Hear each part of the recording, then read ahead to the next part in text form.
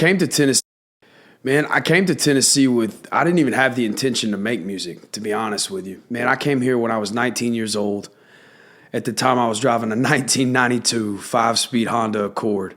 And I packed what I could in my car from Alabama, and I drove up here.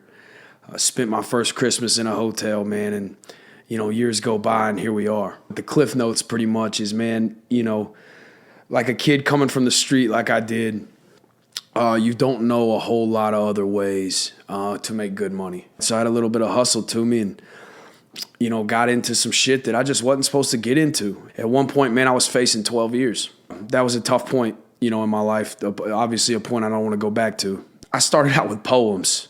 And when I was a kid, for whatever reason, poems just spoke to me. Nobody ever taught me how to write poems.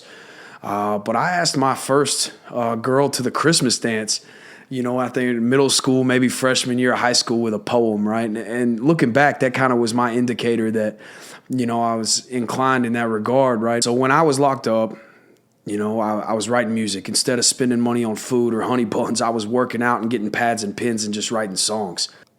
I didn't know if I was about to serve that whole 12 years, if I was about to go home early or what. One day, a correctional officer comes in, puts a sign-up sheet on the wall, and it says, "For the beat of life, only 7 cats are going to be chosen."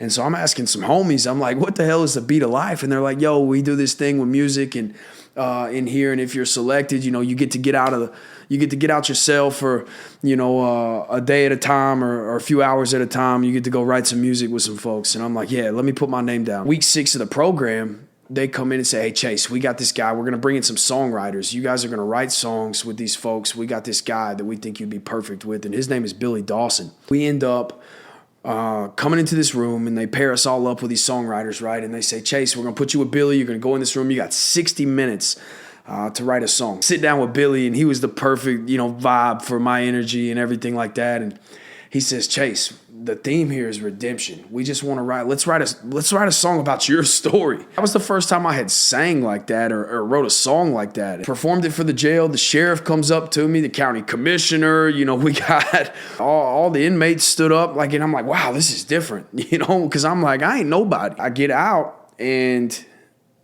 I've been working my ass off, dog, to get to the point to where I'm at, and this shit ain't easy. They don't set it up for you to succeed. That 6th week of the program, right before we recorded with Billy and everything like that, or wrote that track with Billy, man, a CO comes to me and says, "Ingle, your daughter was born this morning, man." Right then, man, it was almost, I hit my knees, dude. When that little girl was born, my lawyer held her before I did in visitation. And I just made a choice, man. When I get out, I'm going to do something different. And so when I got out, I started really taking music seriously, and that's got me here talking to you today.